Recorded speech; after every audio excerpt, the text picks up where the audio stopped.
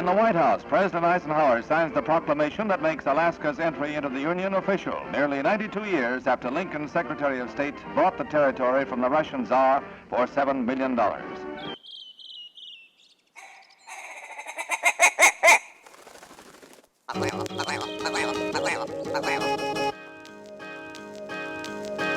Alaska Wild Project podcast is brought to you by the following sponsors.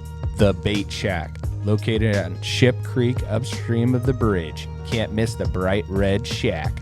They are the go-to fishing gear rental and guide service on Ship Creek. Tight lines and fish on. Come hook into the action with them. Hit them up at thebaitshackak.com.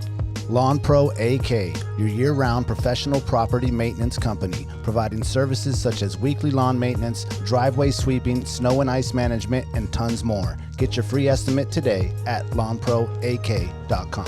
Anchortown Dogs, located at 4th Avenue across from the old 4th Avenue Theater. Look for the blue and gold umbrella. From reindeer dogs to bomb euros, they've got you covered. Anchortown Dogs, your local gourmet hot dog and sausage cart. Menegato's Accounting, locally owned and operated advisory and tax accounting solutions. Passion, experience, diligence. Learn more at menegatosaccounting.com. Double Shovel Cider Company, located off Arctic and 58th. Handcrafted Alaskan-made cider. They also have a tap room downtown on the corner of 5th and E. Check them out at doubleshovelcider.com. Serrano's Mexican Grill, 2 locations, one on Tudor, one on Northern Lights. The Northern Lights location has their new tequila bar. Check it out. Also see their daily specials at serranosmexicangrill.com. AKO Farms, located in Sitka, Alaska, built from the ground up with concentrates as their single motivation. Find their products such as their sugar wax, full spectrum diamond sauce carts, and more at the Treehouse AK and other dispensaries around the state. Ask your local bud tender about AKO. TheTreehouseAK.com, located at 341 Boniface Parkway. Your all-in-one cannabis and CBD store. Ask the bud tender what the strain of the day is to get your 10% off. The Treehouse, where the culture lives. Marijuana has intoxicating effects and may be habit-forming and addictive. Marijuana impairs concentration, coordination, and judgment. Do not operate a vehicle or machinery under the influence. There are health risks associated with consumption of marijuana. For the use of only by adults 21 and older. Keep out of the reach of children, and marijuana should not be used by women who are pregnant or breastfeeding. Tailored Restoration 24-hour emergency home services, helping Alaskans restore their dreams since 1972. Services include fire, water, mold, post-emergency cleaning, repair, and remodeling. Give them a call in Anchorage, Eagle River, Matsu, or Fairbanks. Hit them up at tailoredrestorationalaska.com.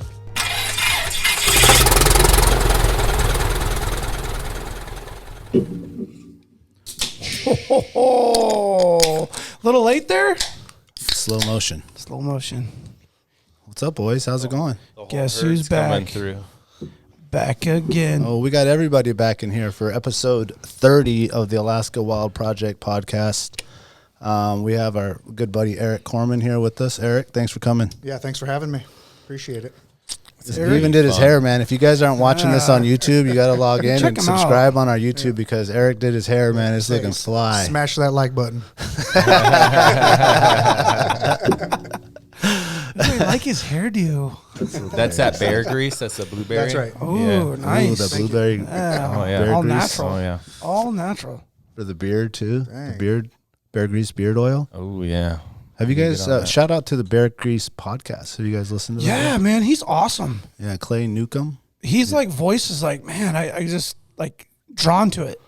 Yeah. He's like got that southern drawl, and he's just like his history knowledge. Yeah, He's got some good stuff. He's an Arkansas boy, so. I was listening to him. We're on that sheep hunt, and it was like the winds of the shat were coming in. And then it was like talking about all these like bear attacks and shit. And I'm like, yeah, I'm going to go ahead and like move it to something a little bit more nice, a little more calming. Yeah, he has some good stuff. If you haven't checked that out, check him out too. And if you haven't checked out some of the other Alaska podcasts, Mediocre Alaskan, Jeff Lund down there in Ketchikan, he's got a really good podcast. Of course, Crude Magazine and Chatter Marks, those guys are doing things too. Tyler Friel. Yeah, he's a stud. Yeah, he's the man. I got to talk to Jeff on my way out to the moose hunt. Oh, that's right. year. I listened to it. Oh, did you? Was Yeah, it it was good. Was it good? Yeah, it was good. Yeah, It was yeah. We were trying to hook up all week, and I'm like, man, I got a long drive, and maybe we could just link up when I'm driving. He's like, oh, perfect. It was perfect. The Yeah. sound, it sounded good. Yeah, I was just driving in my truck, had him on speakerphone, you know. Yeah, I think he's ready to move onto the road system. Oh, really? Yeah. He keeps just like seeing all the things we're doing and thinking about how he's kind of limited there, which I mean, somewhat limited, but it's awesome too. It's like we want to go down there and do that stuff. You know, I'm sure he feels the same way. He's seeing us here going moose hunting and rafting these rivers and doing all that stuff. Whereas there, if you listen to his everything, you have to like jump on a boat and go up some river or climb something. You know, I mean, they got some sick deer hunting. Yeah, for sure they do. Yeah, I mean, it'd be really nice to go down there and do some deer hunting. Mountain goat. Steelheads, wolves, cutthroat. yeah, black bears. A lot of fun stuff. You got to mix it up. I think he's gonna move. I think so. Yeah, I asked him. Yeah, Jeff, come on up here, buddy. Come on up here. He said he was going to come up for a moose hunt. Oh, okay. Something thrown together on the haul road. I was like, all right. Sweet. That didn't exactly answer my question, but That's how it's really interested in mountain biking and like a bunch of local trails and stuff. Last time he came, I was like, oh, okay. no, he's into it. He's into it. That was fun. It was fun having a conversation with him, man. He's so in touch with like what you're saying because he's got experience and he's with it. And our conversation kind of like, we were going to talk about the sheep hunt, which we did to some degree, but it just kind of like veered off into some other really cool topics and the reality of like the mindset of all of us as hunters and outdoorsmen and how you know, I told you, I mentioned something about the, you know, what sizing contest and the whole thing that goes along with like hunting and masculinity and all that. It's kind of cool to go there's into like that a little full bit. spectrum of, you know, like outdoor people that go from full run and gun, shoot the biggest thing, you know, the chest kick it pounders in its head, you know, you know, the guys that like, instead of whacking the fish, they just punch it, you know. Those guys. Or step on it. You've all seen it, you know. Oh yeah. Just they zero respect time for for what's going on. And then you get all that, and then you got the full opposite too, like you know, the catch and release guy. The catch and release guy. Yeah. We did some good catch and releasing. We hit the Russian River up. Me and Mateo this past Saturday. Oh yeah, I saw some pictures. No, it was Sunday. Saturday at Is that where you guys went? Yeah, but it was so beautiful, dude. There was like no one there, man. It's just like, I don't even want to tell people like there's no one there, but guess what? There's silvers in there. Oh, there's trout in moose there. hunting and You can caribou go hunting and camping stuff. there. There's no line to wait in there to pay anything. No. It's just like, dude, it's perfect to go camping, especially if it's gonna be nice, you know. And it is cold. I mean, it's in the 40s and probably getting down to the 30s at night. But that's fun though. You get stars. There's no bugs. It's, you got the stars. It's getting late. I'm surprised we didn't Cold see morning. any bears. Didn't see any bears. They're probably the fish. They're probably all done. The lake. Yeah. Yeah. Yeah, Yeah. it's Lake stinky and down those there, roads. but it's nice fishing, man. It's fun, and especially if you got little Stinky. kids and they want to just snag those reds. Yeah. It's a good way for him to practice, like putting his hook back on and taking out the hook out of fish that are, you know, Yeah. because that's how you learn how to line them. and then you want them to learn that, so you're not hey dad, you know, Papi, help me, I got this, I got that. And he knows how to redo his whole thing, you know, if he loses it, or at least get it out the salmon, and that's a skill to do, you know. Totally. Even though I'll smash his barbs and stuff, so that's a little bit easier, especially if he just wants to snag reds or whatever. But it's so fun to be out. There's no one out there, dude. There was like one person at that little cottonwood hole, and then he was there for like 5 minutes. Yeah. And then he left, and it was just me and Mattel. We ended up walking the river all the way down to the mouth. He said he'd never walked down there, and I was like, "What? You never walked down there?" I said, "Well, let's go. We'll walk the whole way." Fishing On the boardwalk? beads. No, we walked the river. The river. Yeah, Oh wow. we walked cool. the river all the way down there. Fishing beads. Yeah, we were fishing beads, and he would put some. We just tried a bunch of different stuff. Yeah. And it was nice. And he wants to go to the falls. I realized he hasn't been to the falls or up there either, the lakes. And I was like, "Oh, let's go. We'll go maybe this weekend." Once he's ready for dry flies, that's my favorite spot in Alaska to dry fly fish is the Russian River. Yeah. No one does it. There's nobody. Actually, there was more people on the going up that way in that parking lot than there was down at Great Lane. Oh, really? Yeah. I mean, it was a beautiful day. It'd been a perfect day to go up to the falls. I wonder if any of fishing. them were like hunters. You know, there's a lot of people hunting backpack up in the for little bears. lakes. Yeah. Oh, speaking about that, I seen a guy and his woman on a 4-wheeler by Johnson's Pass. is that like a hunting area there? This guy was rallying on his 4-wheeler on the pavement with the rifle. The girl had a rifle on her back, and I was like, could you ride a 4-wheeler here? Is this like a hunting area? There's some stuff out there. Yeah, I mean, they could be just hunting birds. That too. Yeah. There's definitely birds around there. Yeah. Yeah. Highland bird hunting. Yeah. Do you bust some alders? Mm-hmm. Yeah, it's nice to get out there right there. now, man. It's I love this time of the year. Yeah, it's like, man, I wouldn't even think about fishing right now. Just being in full hunt mode, like. Yeah. I mean, I would like to go. That sounds nice. I just like. Yeah, I'm probably gonna go again someday. Yeah. Also, it's kind of nice how you went on the earlier moose hunt, so you can come back and still enjoy some of the last few weeks of September, which are like hardcore fall, can have summer-ish warm days, but then have really cool nights. So September's actually a really fun time to get out. And exactly, everyone's gone fully transitioned to hunting, and it's like, dude, you can go to the river. Oh, hardcore. Yeah. Oh, yeah. Yeah. If you're not a hunter and you just want to fish. Way less people. Yeah. Still enjoy your boat or your raft or whatever. There's like, instead of piling in like you guys talked about at gyms this year where it was just like chaotic and boats are smashing into each other, you can actually have the scenic river to yourself for once, this time of year. Yeah, without the insanity. I think like school going on impacts how many people get out too. Oh, it's major. Yeah, that's true. Some people just turn into full homebody mode when it's school time. A lot of us have kids in sports, right? Hockey. Yeah, that's Eric's true. like, dude, he's a hockey dad 100%. All through. Dude. Yeah. How many days a week you in the rink? 5 a.m. this morning skate. So comp hockey or yep, comp hockey. So that's what, like 5 or 7 days a week, or about 5 days a week. Yeah. Yep. Yeah. Cool. Travel trips. Yep. All of it coming up. It's all fun though. Oh yeah, and you're a hockey player. You could only have dreamed to have done what. What he's doing now exactly, when you were 100%. little. Yeah, because I know you definitely would if you could. Without a doubt. If Bruce could have done it for you or whatever back then. But that's kind of cool to be able to do that with your kids and have that opportunity. It's a sacrifice. It is. Yeah, to have your kids in dude. hockey. I mean, I know a lot of dads that's like every weekend. They can't go ice fishing. They can't do this stuff. It's a hockey tournament. Like especially if they're in comp, it's like every other weekend there's a tournament somewhere. Can't go snow machining. Yeah. Ice going fishing. on practice, ice fishing. Yeah. No more skiing. Nothing. It's tough. Nothing. Yeah, and then like if you got multiple kids, they're like on different associations, so they're at this rink and that rink. I mean, some of these parents I talk to, them like they literally are like eating takeout in their truck. Yeah. In between runs of the rink, and like man, it's. I mean, it's all good. It's time with your children. It's a small window too. It's a very small window. Have. Yeah. And that's they learn a lot. Yeah, the kids learn a lot. There's a lot of cool relationships that are built with their kids and other parents, and like there's a lot of other stuff that goes along with it. 100%. Yeah, so the parents, you meet a lot of nice people, and you do all that stuff. You do. You bond and you create relationships and stuff. So there's more to than just like that hockey. Yeah, especially the subway, man. You got that blue line up there. You boys know about that blue line, don't you? Oh no, I don't know anything about that. What's this? Tell us more. How many chicken strips?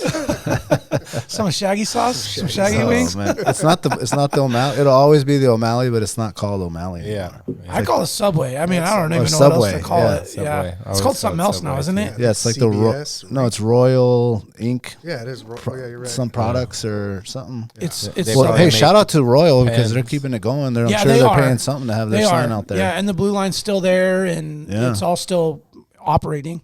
Yeah, which is good. I don't really go to the blue line. Yeah, John does a good job running that ring. Yeah, for sure.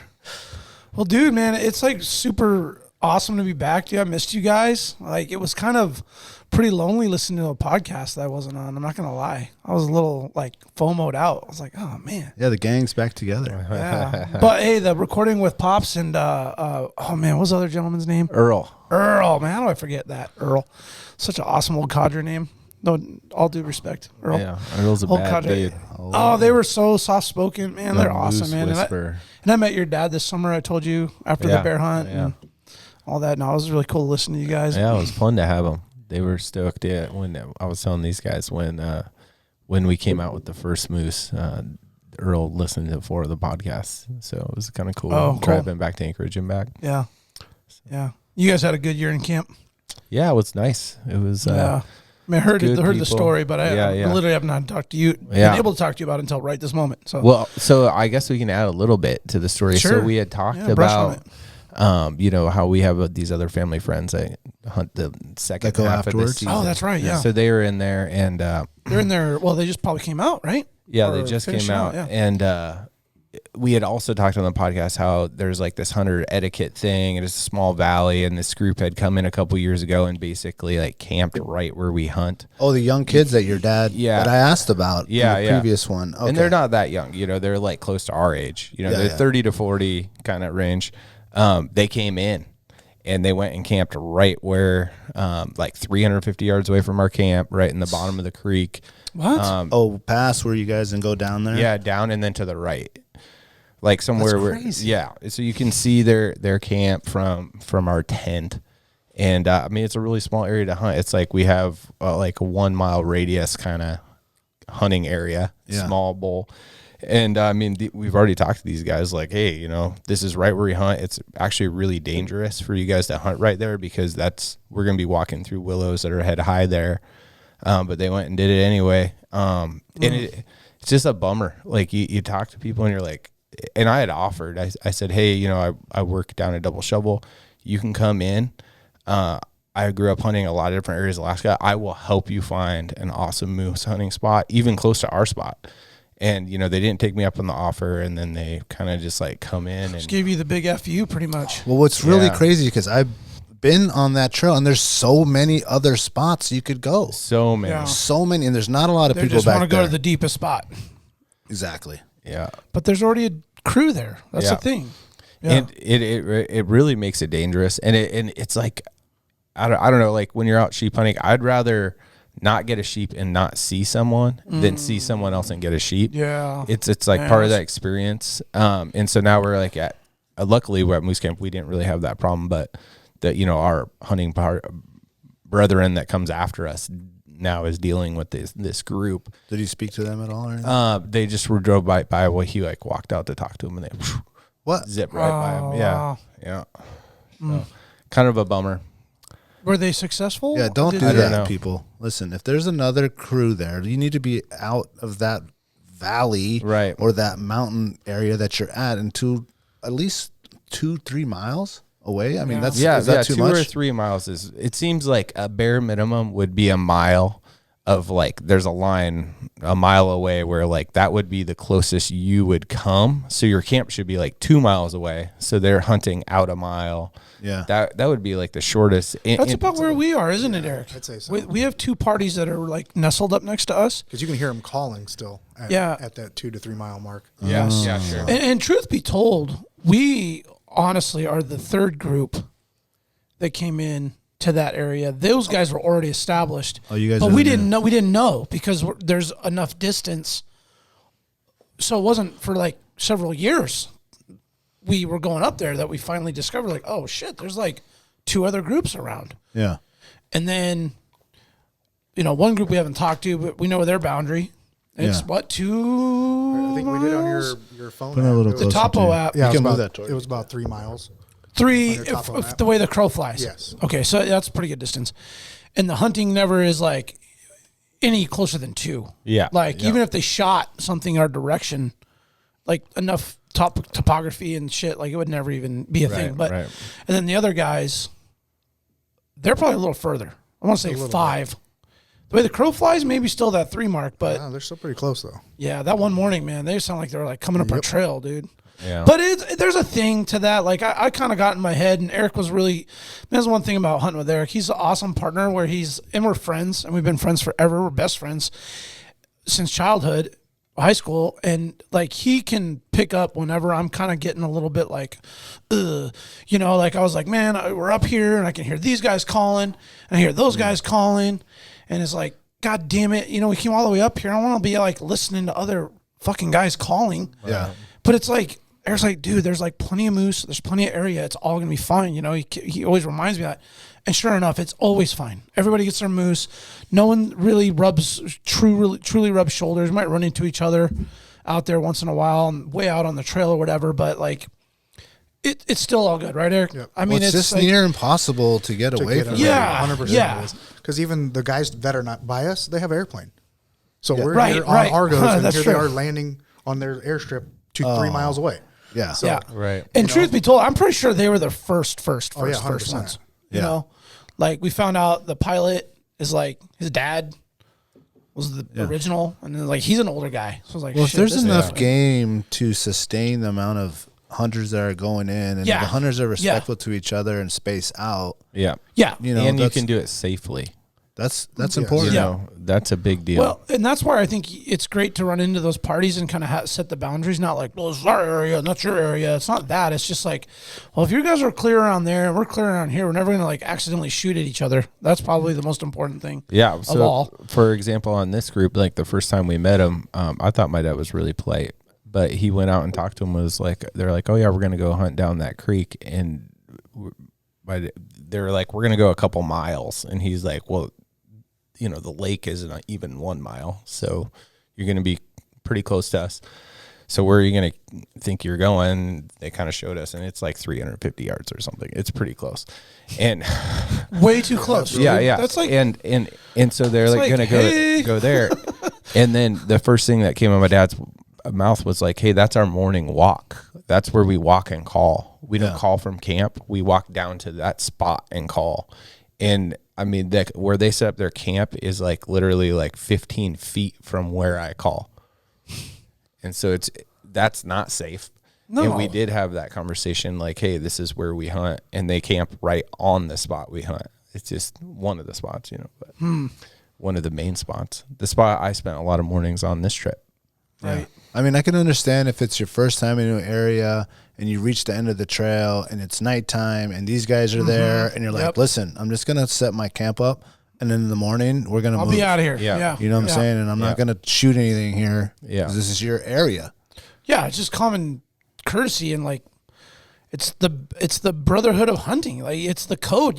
It's not a rule. It's not in a book. It's not on a wall. It's just what you fucking do. You don't Common sense. Yeah, you don't just do common that. sense. I mean, Exactly. but if there's some young guns and they're looking to try and take over, which is what it sounds like is going on there, they're just looking for you guys to give up and run out. I don't think so. I think that they must be from like Michigan I'm nothing against people from Michigan, but from For a example, place where it's crowded hunting, it's right? crowded hunting. Yeah. And then also there's just like no respect.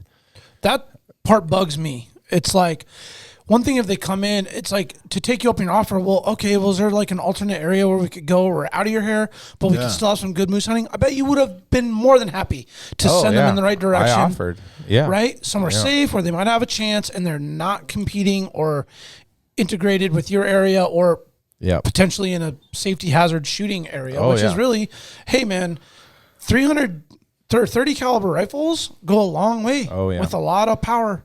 Yep. And now it's going to happen. It's going to create a competition for moose because the way that we hunt it, we'll be higher than them and see moose that are around them. And if we're in there at the same time, I know that our party will be like, let's go get that moose that's in our spot. You know, we don't see tons of moose. Right. And now you're in this like 6 foot willow in these like crazy ravines just uphill. Well, that's the from difference these people. between like your guys' spot. It's not, I would say moose hunting, there's like rivers and there's lakes and there's open, really red fields where there's sparse spruce and you can see a moose coming from a long way away, or you're on a knob, maybe like your guys' spot, looking at pictures where you're looking at a distance of 3-4 miles that's open. Absolutely. And you're doing that. Whereas they're like within condensed into a timber of like 1 to 2 miles. Yeah. Yep. And so there's really no room for someone else to be in that area. Whereas you guys, I mean, if someone's 2 miles to the left, you know, you might be okay because you might get a moose coming from this way or a moose coming from that way, and you don't know how they're going to come up to you guys, and you have all that view to look, right? You know, versus that tight. Yeah, like the moose I took this year I could have taken with a bow. Like that's how close I had to get to the moose to shoot it. Yeah. To even see and get I a had shooting to wait lane, like right? 20 minutes for it to step into a spot that I had a shooting lane. Yeah, which is an eternity. When right? and you're at 24 yards, you know, you think you should be able to have a lot of opportunities. You know, but no, not in thick timber, right? Yeah. And so now you're hunting in close proximity to another group, making calls. Like, do they know that that's a person? You know, are they? Yeah. I'm scraping, I'm grunting, and now you're 50 yards away from someone, and you know they see your scapula. I don't. You know, every year some motherfucker shoots someone. Someone died because in chicken last week. Yeah, because they think it's an animal. Yep. You know, if you don't want to have to be told to wear orange. We are going to have to wear orange if this is the etiquette that we adopt as Alaskans. That's exactly why there is, if you go to Minnesota or you go to Montana or any of these. It's required. It's a law. You have to wear square inches or something on your body, right? Yeah, because so many people get shot. Right. Which is insane. Hunting's not worth that. Like, I'm going out hunting for the experience of being in the wild and then also bring food home to my kids. Yeah. Like, I need to be a dad still, not, end up with a bullet hole in and to segue off that, I think that goes into a lot of like how you choose your hunting partners and the guys you're with, not just for that camaraderie and the bond and all that. The guys that you trust that are like safe with their rifles. Oh, you know, like I can go with Eric and we go out in the boat. And do we have rifles just sitting out and ammo and shit like there ready to go? Yeah, man, we do. But we communicate, hey, chamber's not hot. I'd load his gun for him, but I don't put one in the chamber. And I put it on safety. And I set it down. I said, Eric, it's loaded.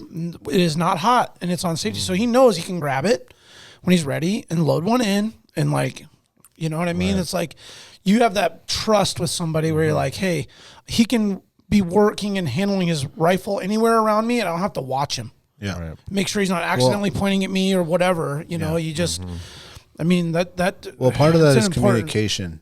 Yeah. A big part of that is like being able to say, hey, this is how we do things. And why we don't have to wear orange vests together because we're not going to actually shoot each other out there. Yeah. Not to mention you shouldn't be shooting something until you have a clear, perfect view and know exactly what it is and legal and the whole nine, right? That's crazy. Actually, I want to look into that. Like, how does that even happen? Like, you're behind a brush with making a noise and someone just shoots into that brush? Yeah, it's pretty crazy. Thinks it's a bear. I don't know. Yeah. Gets worried. Never pull that trigger just to do it. There is the Swiss cheese effect, though. I mean, I think I've articulated some of my experiences with that. But, like, if you add bias into your situation and you truly believe one thing, so say, like, you're on a legal moose, you saw the moose, it walked over this, you're in close quarters, it walked over in this other draw. And then, you go in that other draw, you see the horns flash down there, and then you go over the next draw, and then you see white, you pick up your rifle, and it's actually someone else with a scapula in their hand. Like, that kind of stuff happens. Yeah, but I would think when you're looking through your scope and you're trying to make your shot, you realize, you have to. This isn't a moose, a 1,500, 2,000 pound animal. This is George. Yeah, you need to be making those right decisions for sure. When the choice is made, you're going to actually apply the pressure to pull that trigger. I feel like a lot of information needs to process and be confirmed before it ever happens. Totally. Yeah. Like a clear view of what it is, where you're trying to shoot it. Are you shooting it in the neck, behind the shoulder? Are you trying to catch it at a certain angle? Like all that stuff's got to get processed before you ever even think about doing that. Yeah. Doesn't it? Well, that's just, it's that crazy. just goes with education and maybe someone that never taught them how to do it. Exactly. And you got people that are new going together that maybe never took a class or their dad didn't show them, but they're interested in getting after it. It reminds me of the story I went to when I was first started hunting back again, in the 15 years ago, 20 years ago. And I went to Eureka and there's like this obvious new group of hunters that are like, chasing down these caribou with the freaking four-wheeler, jump up, and I'm just like, what's going on, dude? Yeah. And then I come back, and I'm, like, listening. I could just hear them hooting and hollering, and one dude's like, can you shoot it with the 45? Because I just shot it with my pistol. Like, shooting like crazy in the air after he just shot this caribou, like, off his four-wheeler. I'm just like, whoa. This is insane. Like, who? No. This isn't the movies. Those are just ignorant hunters. Like, I don't think they mean to be total jackasses. They're just like so excited and in the moment, and they're not thinking about like the consequences. Yeah, they're just thinking about the high that they're on that situation, Yeah. I think but you gotta watch out for those stupid fuckers, man. You really do. You learn from people with the experience. I mean, that's why you go to Hunter's Ed and learn from an experienced person. Man. You go out with your dad or your uncle or whatever. If you have that, you have to talk about these complex situations like the one I just articulated. Not like, hey, always just look. But it's like, hey, you can be in this situation where 3 or 4 things have happened that make you think something that may or may not be right. And you still have to take the time to use that judgment. Yeah. Well, it just like those type of hunters just create this bad stigma that just permeates over all of hunting. Yeah, like that's what it's like. And it's absolutely not. Yeah. There's the one-off jackasses. There's a lot of them. But there's also, but it doesn't take a lot to ruin, right? the perception of a lot of people. You know, they're the ones that amplify the situation, right? Yeah. In a negative light, but on a positive light, Eric and I just got back from an epic moose hunt. Yeah. My first question, Eric, is where exactly is your moose camp? It's in Alaska. That's a good start. That's a good start. So if you guys get on a map, there's this river, and then there's this like section north or south. It's like the northern southern area. Got it. Like right in between. That's Unit 26. North of Anchorage. Yeah. North of Anchorage. Yeah. Moose Meadow. Upper Huffman is like a really South of Prudhoe. popular area.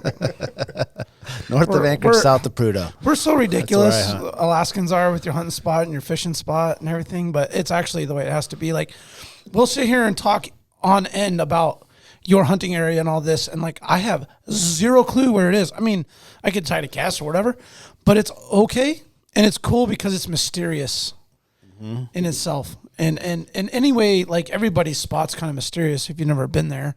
You can hear about it and talk about it. And I was telling Eric, as far as our spot goes, like, try it. Just try to get there. Well, you put the work in to find it finally, and then to give it up to have somebody come camp 300 yards below you. Yeah. It's what you want to avoid. On your you want to avoid that. Yeah, and that's not saying that you guys gave it up to somebody. It's just you made it that far. That's good. It just takes a loose lip to over. Yeah. And Eric's right. Like we went through a 5 or 6 year period of a lot of trial and error. Talking about hunting people. Remember when we went off the river 3 years ago? We're calling and getting all excited, and I'm like, I see a face. I see heard him calling back, face. and he's glassing. It's a dude. I was like, what? He's like, it's a guy. And we're like thinking we're like in the middle of nowhere. Yep. I mean, we went so far, almost ran out of gas in the boat, like deep, and then these dudes pop out, and I'm like, what? I was like, man, we got to do something else, dude. We got to do something else, man. We're running another river one time, and these dudes come cruising by, and there's a guy on a ladder.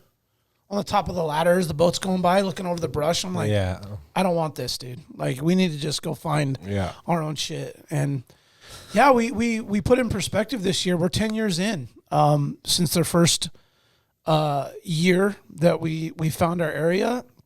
We've hunted it 9 years. We missed a year. Hopple was born in 2018. Hopple.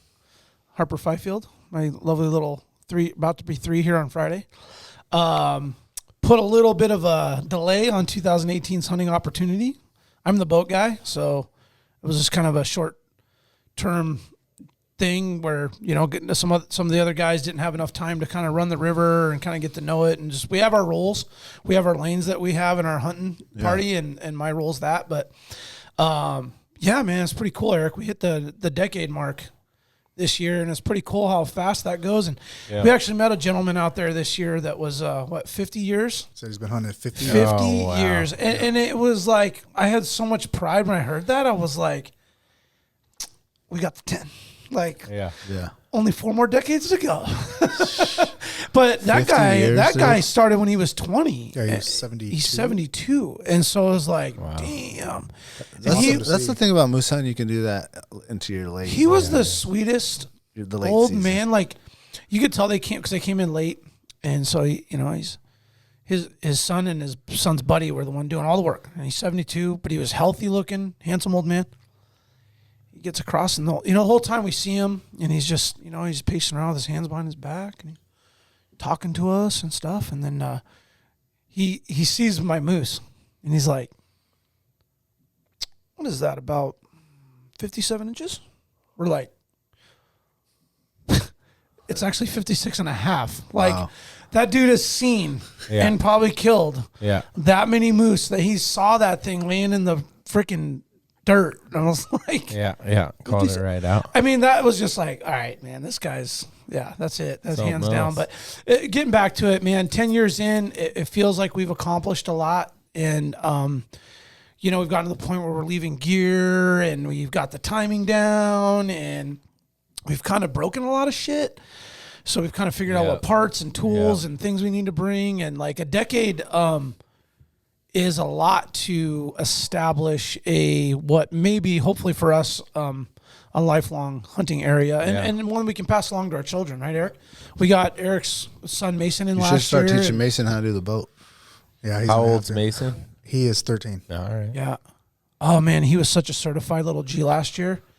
Oh, he didn't come this year. No, He didn't come this year. He had hockey. Yep. Yeah, Hockey. hockey. Well, he forgone hockey last year. Dude, he came back and was elbows deep in homework, and had to get back into hockey and prove himself again, and that whole thing, and like. I'll say it again: school and hockey should not start until after moose hunting season. Oh yeah, Yeah, for sure. No, it did. The year before is why. Oh, He's that's a right, Bantam 'cause now, and all of a sudden he had tryouts, and it's like a week later schedules. I was like, really already? Oh, that's Just right. do it in. So he had like Yeah. 3 games he had missed and 3 practices, and it was too early, and everyone's developing fast. So I was like, you make that choice if you want to come to moose camp. Or And Eric gave him the choice. Okay. I gave Eric him the didn't make choice. him stay. I did not make let him. up to him. So I left it up to him to make Yeah. the That's decision. Way cool move. Yeah, it was really by him. And then I saw him on Labor Day, man, and I gave him a big hug. I'm like, damn, buddy, we've had camp 2 years in a row, right? And I was like, you're the new little dude. Like I was like, I was gonna miss him. Yeah, yeah. Man, Not we were so giving him a little, hard dude. time. He's kind of a hoss. No, I know. He's just. He's a big boy. He's just, I mean, I used to hold that little guy and change his diapers and stuff, and just like, he's always kind of still a baby to me. Yeah. And just having him up at camp was just cool, because it was like cool to have a little dude and like give him a hard time, and ask him questions behind his dad's back. You like some girls, dude? Or like, what's going on? And just like, it was just cool having that like camaraderie with the little dude that like I used to have with my dad's buddies when we went out. It was like that passing that torch kind of a situation was starting to happen. And,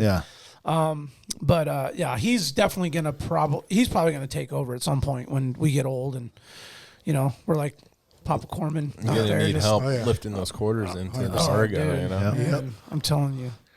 But dude, we had an awesome trip this year. Awesome trip. Yeah, let's get into it. What are some memorable moments? Memorable moments. Let's talk about some snafus. Yeah, those are definitely memorable. Those don't happen. It goes perfect every time. Everything's smooth, Yeah, I mean, memorable is like I always value any time that we get good weather out of the gate, where you have like your initial day or two is beautiful, and you don't start off with all your gear wet. We had a beautiful drive up, a beautiful transition with our logistics in. I mean, I got just the most epic run up the river that I could have ever asked for, and timing was good. Got everything out, and it just kind of went right to schedule. And I really do remember that, because like I always plan on it being like something going wrong or something shitty or weather. So when it's nice, it's like, oh damn, that actually went well. You're just like high fiving at the end. We got started earlier than we normally do, right, Eric? We had some daylight. So we were able to prep and pack and everything before we went in, and so that was really nice. And then I think right out of the gate, though, when we started, when we talk about snafus, we noticed the ball on the back of the Argo is like kind of tilted. We're like, that was weird. So Eric pops it off and looks, and he's like, dude, the fucking hitch is cracked. Oh shit! The actual square tube part? Yeah, the square tube where the ball, receiver. the receiver end was cracked. The receiver goes in, and then the ball bolts in the hole. Yeah. And you guys bring a welder, right? Oh, yeah. I mean, the problem is that it burned up, and so now we didn't have that. But no, but so it must have like hit a rock or something and just took a crack. No, because dragging all the moose out. Yeah. I think it's the articulation and angles of the way that the trailer pulls through the, like, the Argo goes in and then over, and then the trailer like does that shit and goes down. And we've pulled those trailers out loaded, like Overloaded. Let me tell you right now that whatever the Argo says it's rated to tow, we can probably do about 500 pounds more, because we've like pushed it to the limit. And those, What is the rating on those that? hitches have like a loose tolerance anyway, right? Like that's Slop. that style. Yeah. And so then it allows some movement between. Yeah. Yeah. And I think that it probably is good, but at the same time, obviously, It's pretty small and on a thin sleeve, actually. It's not like a car. Or it's like, it is like a Argo thick metal. where it just rest on thin metal and just bolts. So it just flexed. A lot of those newer trailers, or like I shouldn't say newer, like the custom ones that people are home building, I see more and more. Both of our two big ones are like this, where the small cross member or square tubing goes into the bigger square tubing. The further you put in the hole with your pin, and the bigger the tolerance. So like say it has like an 1/8 of inch spacing on every side, all 4 sides, the more leeway you have when you're going through tough spots. So instead of always being in tension or compression, there's a lot of times in between there that there's actually like no load, or that's transitioning the load. And it gives it more play, so it's not as hard on the trailer. So I don't know if your guys is like that, but that's like the newer style you see. Yeah. Gotcha. I mean, the trailer holds up in terms of the coupler and tongue and that area. It's You got just a picture the of it? receiver. No, I don't think we actually got a picture the of it. hitch? No. No. It is, in my opinion, a defect, Argo. I'm just gonna call you out real quick. We're gonna check out your local dealer. It's We an wanna talk Argo about this. piece. Yeah, It's an Argo Argo hitch. like Okay. actual OE or genuine part. Like Okay. they make it for that. Yeah. Okay. I think a lot of Alaskans test their metal with the Argo. I think there's a lot of guys out there that go hard with an Argo all year round, trappers and hunters. And you go into the dealership, there's some really cool pictures of some guys doing some wild stuff with Argos. But I think our round trip of 50 miles on a season is incredibly hard on it. And it's gnarly. And so I just think over years at Warren Tour, our other Argo, the hitch was fine, and we checked it at camp, and it was cracked. It's cracked too. On the But way he in. had some slop going on, and on top of that, we also had the wagon tub come loose from the frame, whereas the bolts started to come loose. Then we had to ratchet strap that to the frame. Yeah. Meanwhile, that was all on the way in. So we had 2 cracked hitches, and then the tub started coming loose on the one. This is on the way in. Yeah. And we're like, we're planning on coming out like 3 times heavier. Yeah. So this could become an issue. But what do? Positive mental attitude. We're going to press. We're going to just don't talk about it. Let's just monitor it and press on. And you know what? If it breaks, I guess we're doing multiple trips. And the trailer's going to get stuck because we saw multiple broken things. You can't laying just around duct out there. tape it. No. No, you can duct tape a boat paddle, a canoe paddle, but you can't duct tape a trailer Or a hitch. Super Cub. But no, we got into camp. Man, we did pretty good. I think it took us maybe a little longer than normal. About 9 hours. I think it was a lot of Brandon stops. You know, a lot of pee breaks, a lot of picture Selfies. taking, selfies, you know, all that going Video. on. Just all of it. Yeah. Yeah. I was stalling up the crew doing that, but we had a good run. We got up there, beat the daylight. We were able to get up to camp right about an hour before daylight. We're able to successfully pretty much set up camp almost, what about 80, 90%? Yep. Yeah, I got the cook tent and the big tent set up and everything. In the past, we've gotten up there early enough where we were able to get like an hour of glassing in, Nice. you know, which is exciting because Yeah, you just want yeah. to get set up and get up there and like just spot something, you know, Yeah. just anything right before dark Yeah. to give you something, you know. But it was like, we had some Moscow mules and relaxed and Nice. actually like just kind of let it settle. And oh man, the first night, you talk about memories. Oh my God, the Northern Lights came out that night, guys. Oh, that's the best. The guys went to bed. The other 3 went to bed, and I kind of hung out there and finished up my drink and just sat there and stared at them for about 20 minutes and just watching them. I'm telling the guys, I'm like, guys, it's dancing now. And Go to bed, Brandon.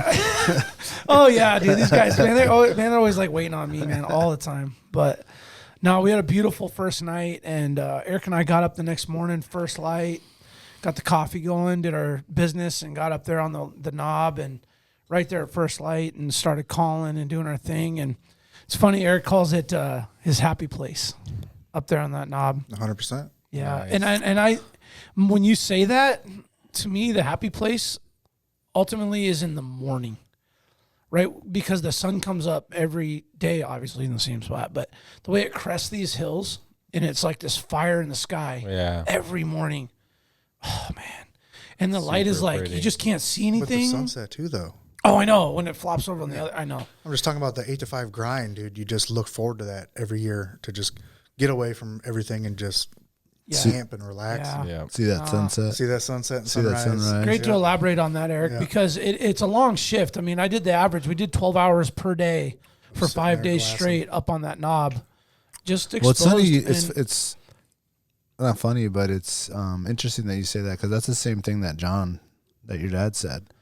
He said it's all about going and seeing that sunset that we know what it looks like, and you just want to go back every year and see that, and it just resets you or relaxes you or that night we get in, like it's right before, enough time to spot, but just from camp, it's not really a good spotting spot. It's okay.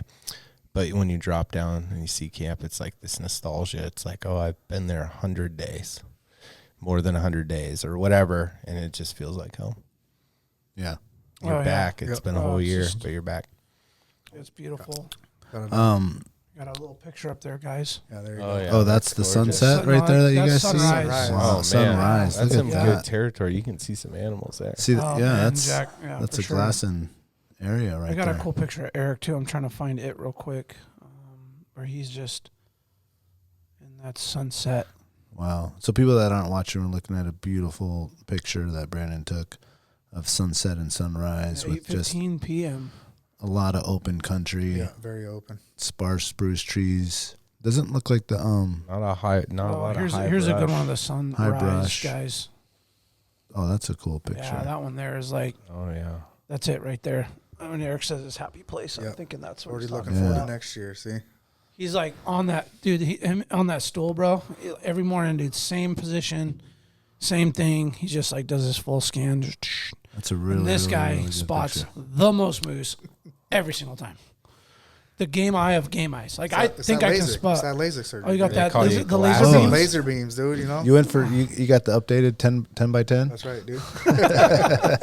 No, I mean 42. seriously. Like we'll just glass, and every once in a while I'll get a day on him where I'm like, I spotted the moose or I spotted the shit. But man, he's just, I don't know what it is, man. He puts his eyes in the glass and it's like, moose over there, bull over there, moose movement. He just. I see constantly like spots a it. new. What is that spotting scope there?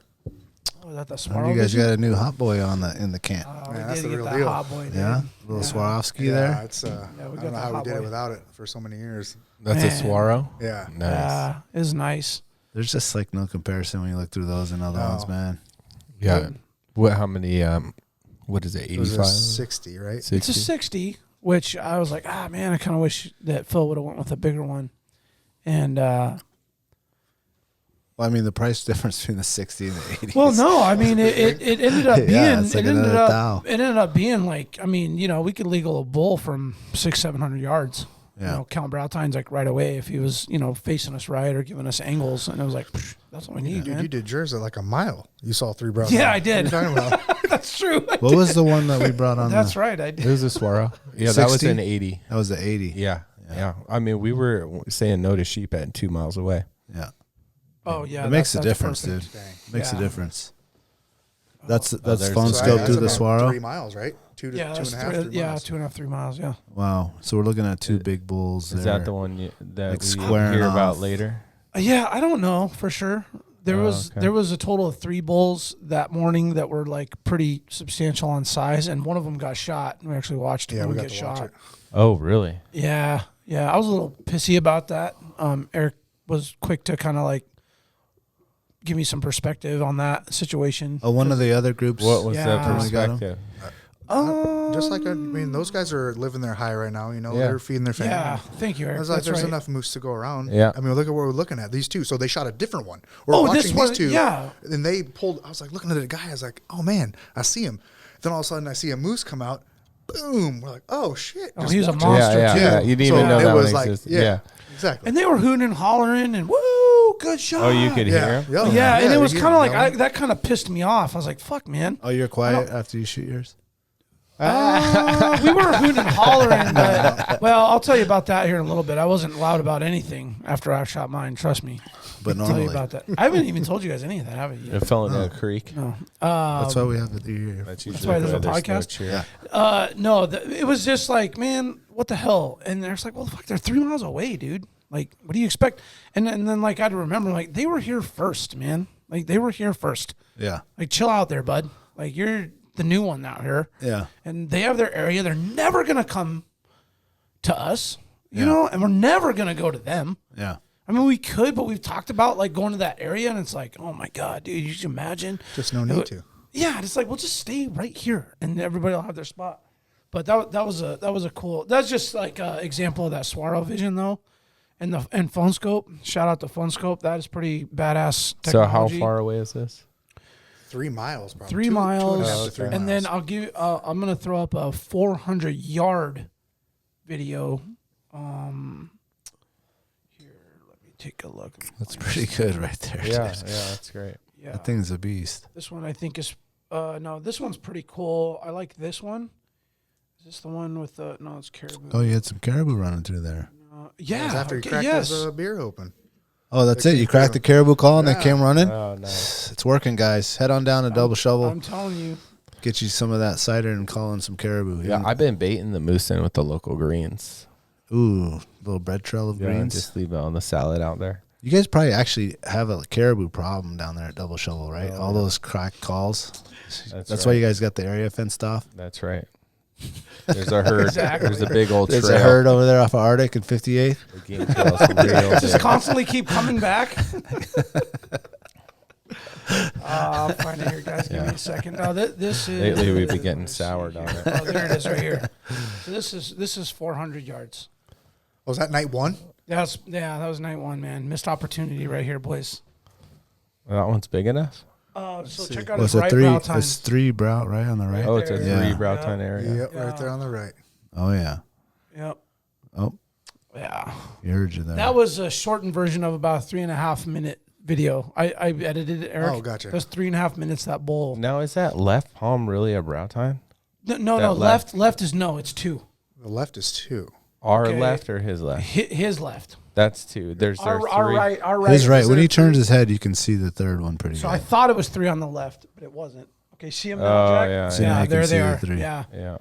So Yeah. the right have 3? The right had 3. Yeah, the right. His right. I originally legaled Yeah. his There he is. left at 3, and then Eric and I No. looked again. I was like, "Whoa, no!" That wasn't Hold on a one. second. Yeah. So there was a delay. Then it was like, "Oh, he's good on the right." Okay, cool. 400 yards, Yeah, and it's a long ways. As long as you don't see orange, just shoot. dude, we're like, we realized we're like, Scapula. we don't have fucking shooting sticks. We have like nothing to shoot off of. And off this knob, if you get into shooting range on a moose, you're not like gonna get on a lay down or put a Yeah. bag on a hill and like get this perfect prone position. No, it's like you have to sit or kneel or stand Because there's and brush around us. It's like there's like 5 foot of brush all the way around. Yeah. Which we've talked You about. don't like to use someone's shoulder? Why don't you build like a little tree stand thing? I was like, I'm good on that. a little tree stand we talked Yeah, about? we talked about that. Yeah. Or a blind too. We talked about a blind, yeah. So we don't have sticks. Eric's ranging this thing. He kind of gets a miss range at like 390 and 2 something, and I was like, "Oh, I'll fucking go for that. I'll shoot him." So I get in position, and he's like, "Whoa, wait." He's like, because he actually hit a tree that was too close, and then he hit it again. He's like, 390. He's like, 410. He's like, 390 to 410. I'm like, okay, that's close 400 enough, yards. right? The 400 20-yard yards. Yeah, variance. 400 yards. I'm Yeah, like, it's a okay. long ways. So I had just practiced long range shooting with my 30-06 on Labor Day. 2 weeks prior to this. He and I both, and we were shooting Steel plates. solid, hitting a dinner plate, steel plate at 400 yards. Yeah. And we were like, all right. That's good. You know, and I got a little BDC dot on my scope, and I'm like, man, like if I get a shot, BDC dot? ballistic drop Compensation. compensator. Yeah, there it is. Thanks you. Almost forgot it. But Are you doing the click? no, that's like a turret style. This is a Nikon Monarch, and if anybody's familiar with that, it has its crosshairs, and then below it has circles. Like boom, boom, boom, boom. Oh, so you just click it up Yeah. Yeah. for every 100 yards or whatever? Yeah, exactly. Yeah, take a note on that. There it is right here, Jack. Check out the screen. Right here. Okay.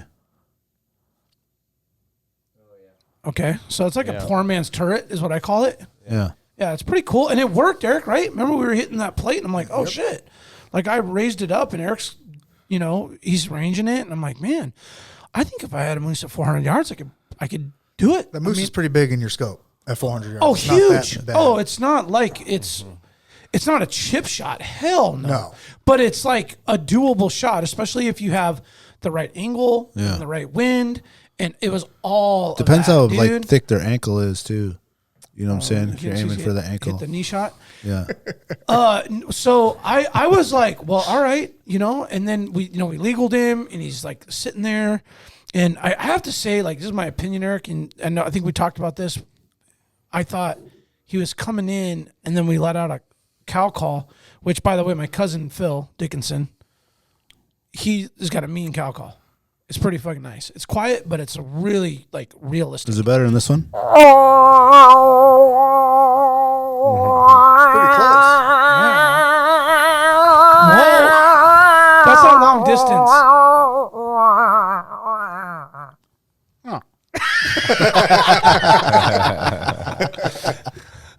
Anyway, That was kind of loud. Sorry, guys. he lets out a cow call, which historically has been just like the nail in the coffin.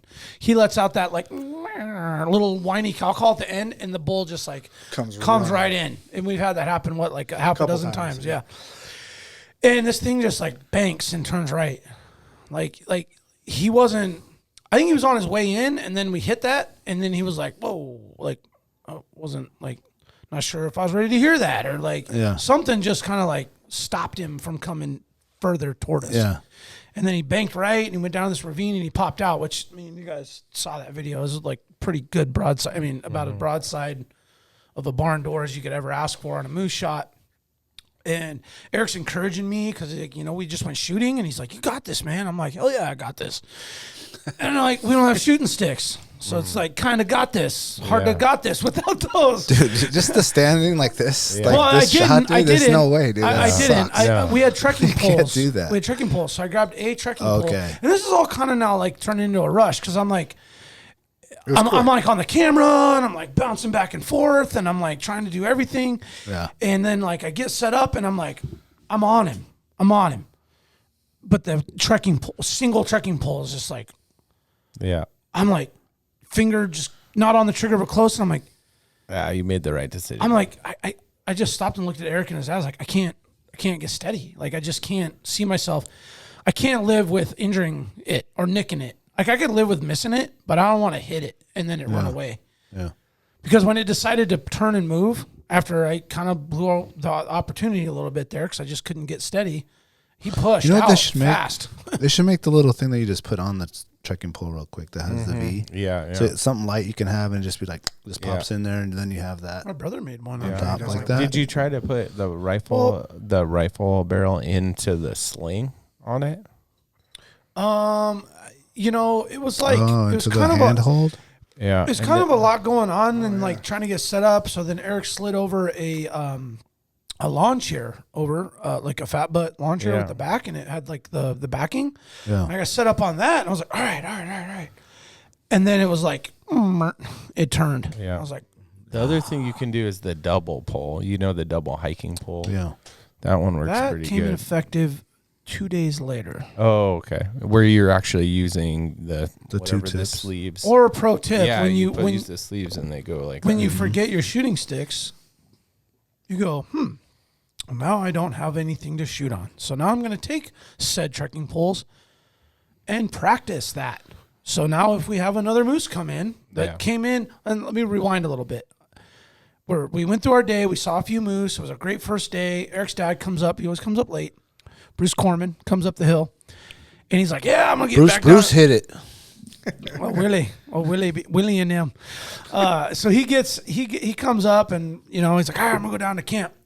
And I was like, all right, Willie. I was like, you're missing out on the best time, man. Anytime it could happen at any moment. And I'm just like, boom, bull. Like, I mean, I literally said that, and it was like scanning with my binos on my face, and I'm like, bull. And instantly, that's when the shit hit the fan. We were just like, bulls, scrambled into position, get the scope ready, get the phone scope, and Yeah. and then the moose turns and does the Full thing. Transformers. Pretty much that. And then the missed opportunity or whatever. So, truth be told, like, I went into camp that night, and like my cousin was so nice, dude. He's like, coming to camp, he's like, hey, let me make you guys some drinks, because me and Eric were just kind of like, damn, man, like, that was a missed opportunity. Like, we've had those in the past. We've had a lot of them. We've had moose come running through, just like catch us with their pants down, not ready type stuff. Totally. Where we're just like, God, you know, like, man, you spend 12 hours out here all day, and then like this moment happens and gives you like 2 minutes, and then it's over. And that could be your only moment for the whole time. For the whole time. You don't know. Totally. Yeah, exactly, Eric. And so I was like, damn, man. So like,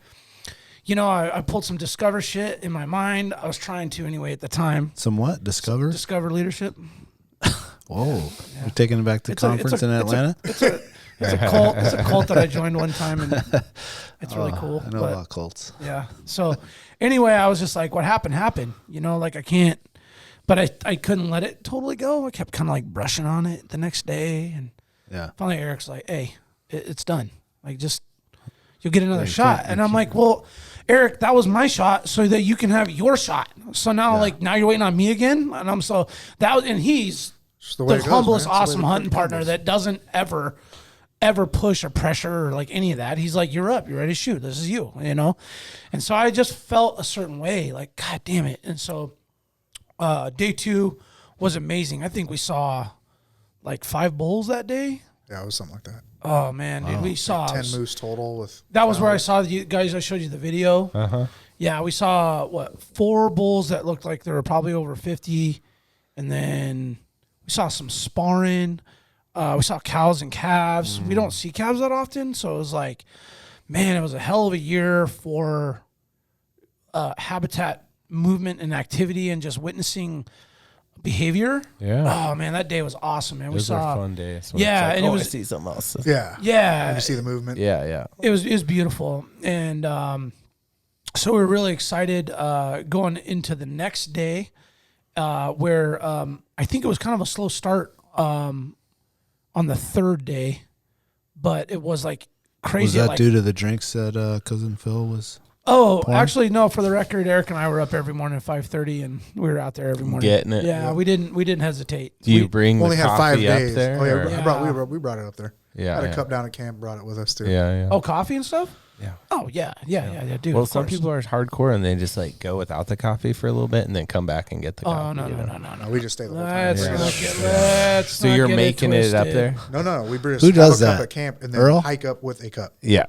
And then drink it. So I have my cup, and then I make a little like thermos cup, and I just put it in my backpack while I'm sitting there enjoying my coffee. Oh yeah. And then mark up, and I got this fresh 16-ounce cup. Yeah. Ready to rock. We had a Yeti soft cooler with M&Ms, peanuts, Doritos, snacks, donuts. Damn, we had a cooler. dude, this is like my kids hunting. We had a cooler of beer, like Pop Tarts and we had a Slim cooler. Jims. like all what I call junk food. Well, it's funny, like we never eat like ho-hos and shit, but like for some reason, like, you got Little Debbie. That's my dad brings. I don't know if I could be friends anymore. I haven't heard ho in a minute. Look, there's just something about like the one of these years we went up, and Eric's dad, like he's a pretty healthy guy too, but like he brings this action packer with Little Debbie's and like donuts and like peanuts, all this shit. Stuff your wives won't let you eat. Yes, exactly, dude.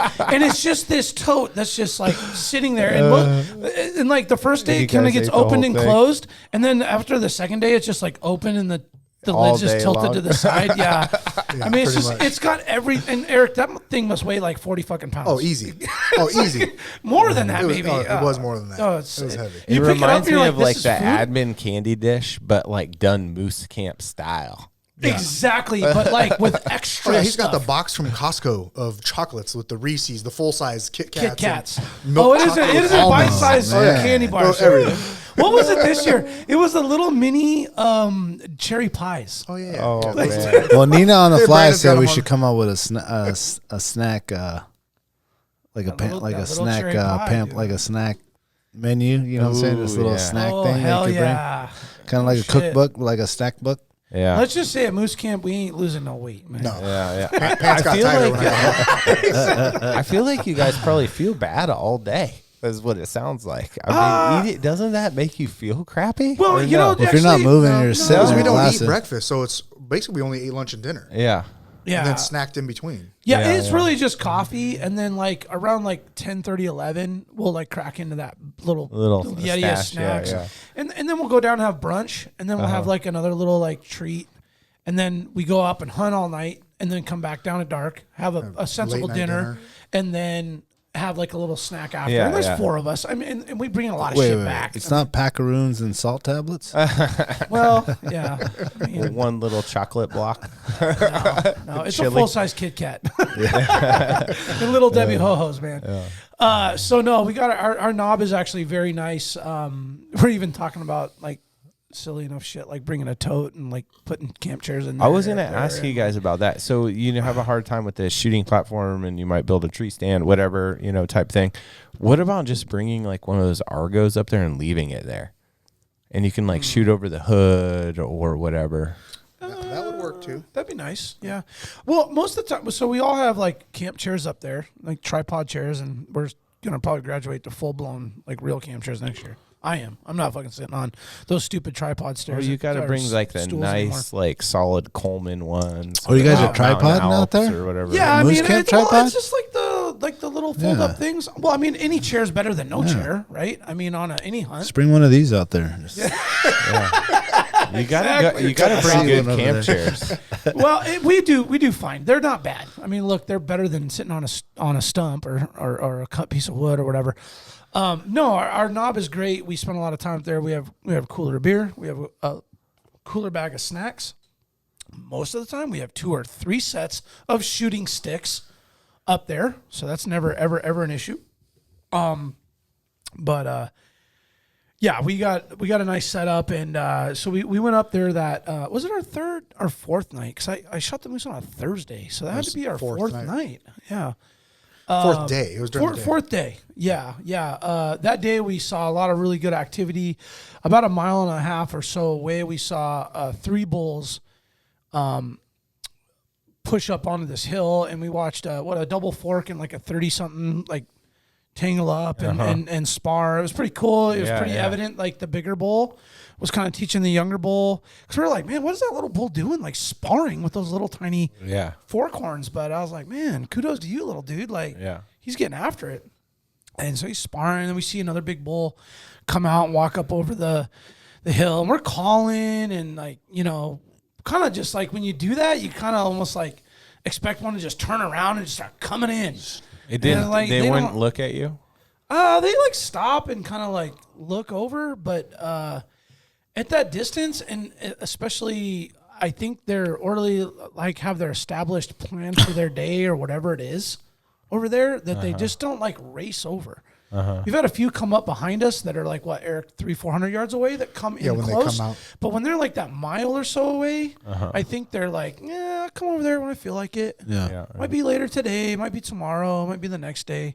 But they normally do come. Like, we pretty much get them to come. Because we watched those 2 walk away. The one you shot was a different one that came out of the drainage to us. That we didn't even know existed. Where we've been calling for 3 days. So he had his mission to come. Yeah, We've been we had calling no Monday, clue. Tuesday, Wednesday. So this was Thursday. You shot that. Yep. And that then morning, what time of day are you calling? All day? So basically morning.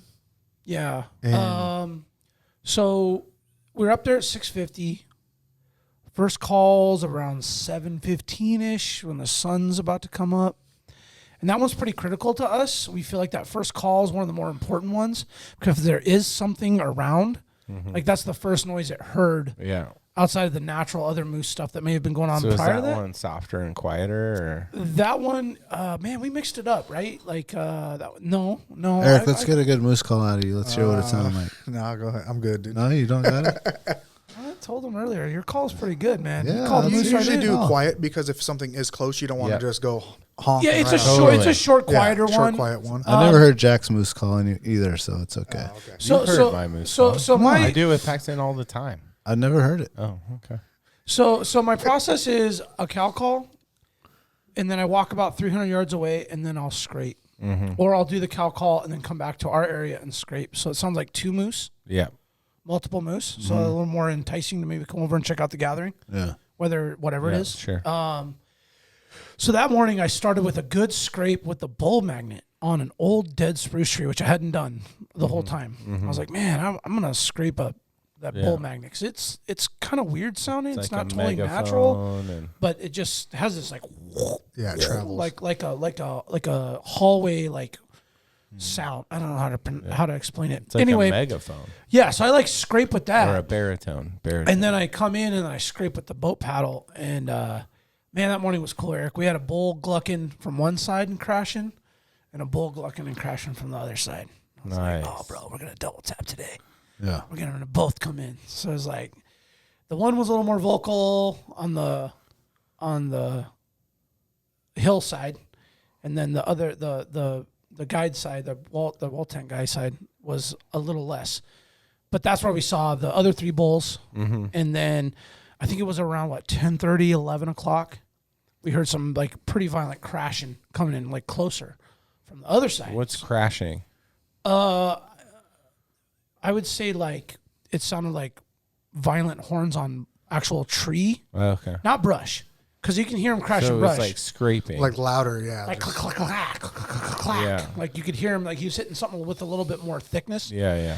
And it was like, oh shit, that one sounds like a little closer.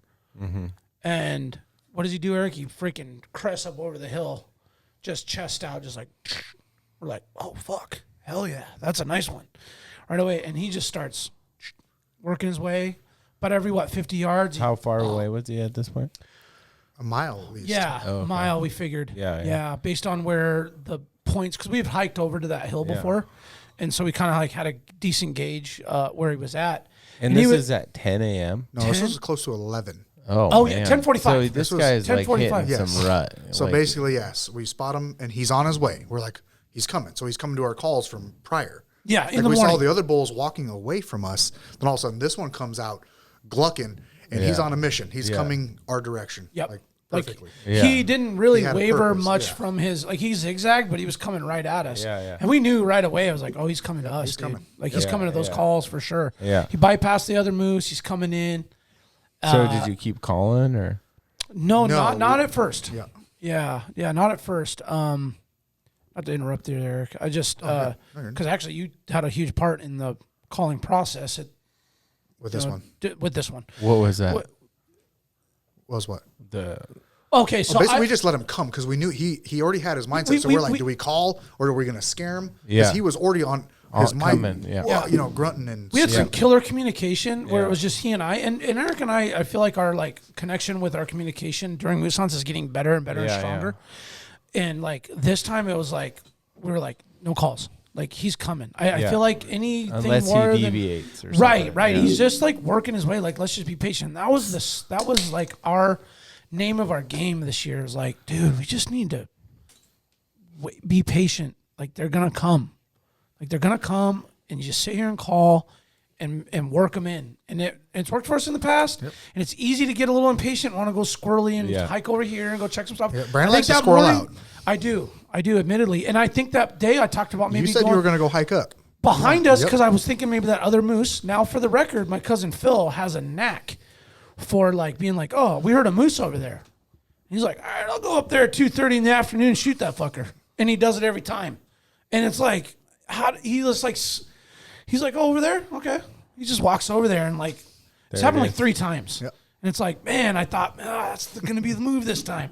And Eric's like, man, maybe if we walk over there, we saw those 3 bulls. I'm like, yeah, I don't want to push them out though. If they're like bedded down, I don't want to like rouse that up. And he's like, or we just stay right here. And I'm like, all right, yeah, that's bad. Well, that must be such a tough transition to go from like sheep hunting, where you're like Isn't that it, Eric? Too? moving, going. Oh, they're not here. Go. Let's go to the next part. Let's go around this bend. Let's go up and over this thing. Versus moose hunting, where you're like, stay here. Yeah. It's just so tough to stay there And the Eric whole said time. it, dude. I'm just like, sometimes I'm fresh off that sheep hunt, so I'm just like, We gotta Full move, sheep mode. Yeah. It seems like with moose too, like they don't usually move around at 11 o'clock unless it's like that lunar hour thing. They get up, take a pee.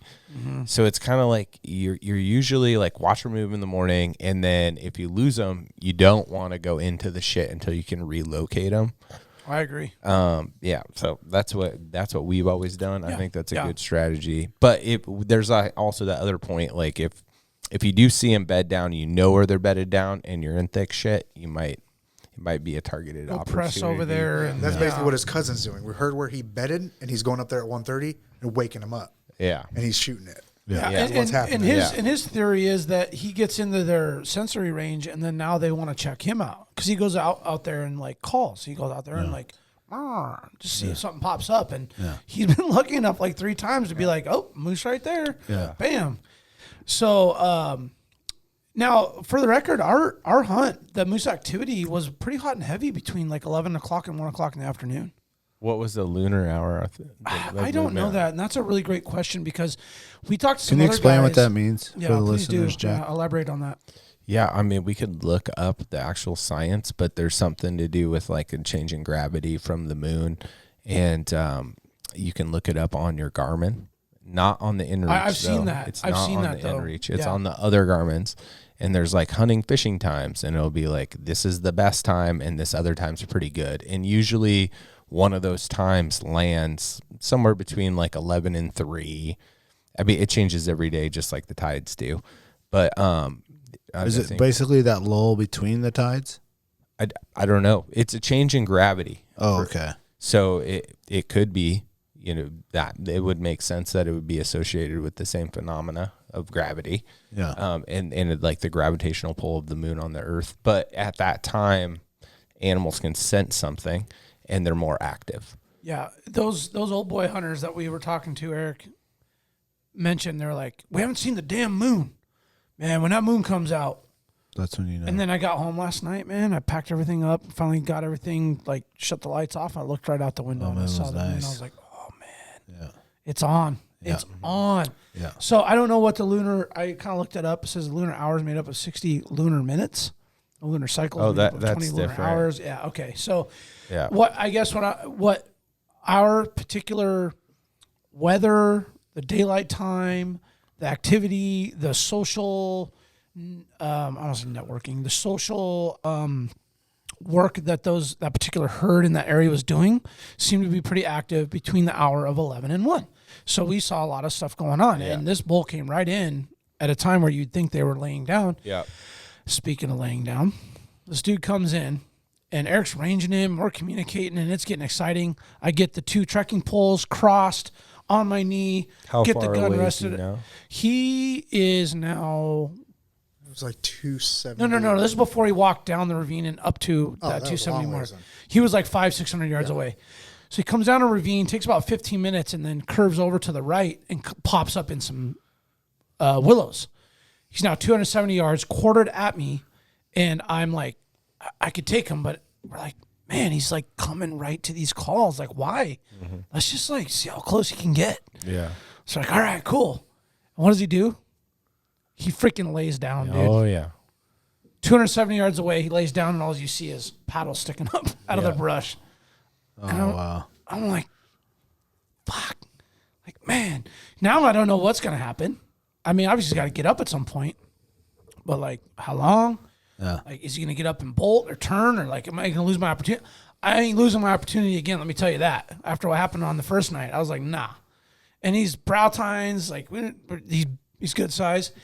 Anyway, so long story short, man, 45 minutes goes by. I'm sitting in position, legs falling asleep. I'm like cramping. I get my hamstring cramp going. Eric goes down below me and starts scraping. So about every 15 minutes through that process, Eric is scraping, and we're looking, and we're just doing full hand signals and head signals. And I'm like, yep, call, scrape. And, we're not exchanging words. We're just communicating, fucking flawless. Scrape. Finally, Eric rakes on a tree hard. Finally, that bull kind of shakes his head, stands up, and anyway, curves over and comes into range. 265 yards, quartered away a little bit, starts crushing on some brush. Thwap him right in the upper, right behind the shoulder. Nice. And I guess maybe before I go too much further into this part of the story, because this is the most suspenseful part, should we do a quick ad read? Quick ad read. So at that lunar hour, you should have something from the Treehouse AK ready to go lined up. This is your one-stop dispensary located at 341 Boniface Parkway. Be sure to ask the bud tender about their deal of the day because honestly, there's always something good on deck. And guys and girls, listen. This is where the culture lives. At the Treehouse, their dedication to servicing consumers has been developed through a lifetime of involvement in the cannabis culture. They're committed to providing the highest quality products at whatever value your budget affords, while always maintaining the deep-rooted principles that have carried them this far. Their focus is on relationships over transactions, and you can always depend on them to treat you with the respect you deserve. Hit them up at thetreehouseak.com, and remember, you must be 21 years of age to enter their store. Serrano's Mexican Grill, my personal go-to for authentic Mexican food. It's Anchorage's own new generation of cocina. Recipes are inspired by their rich heritage and family know-how. All ingredients are made in-house. Their new tequila bar is legit. My favorite is the mezcalita in that bar. You should get it. Locations on Tudor and Northern Lights. I was in there today with my 2 5-year-olds.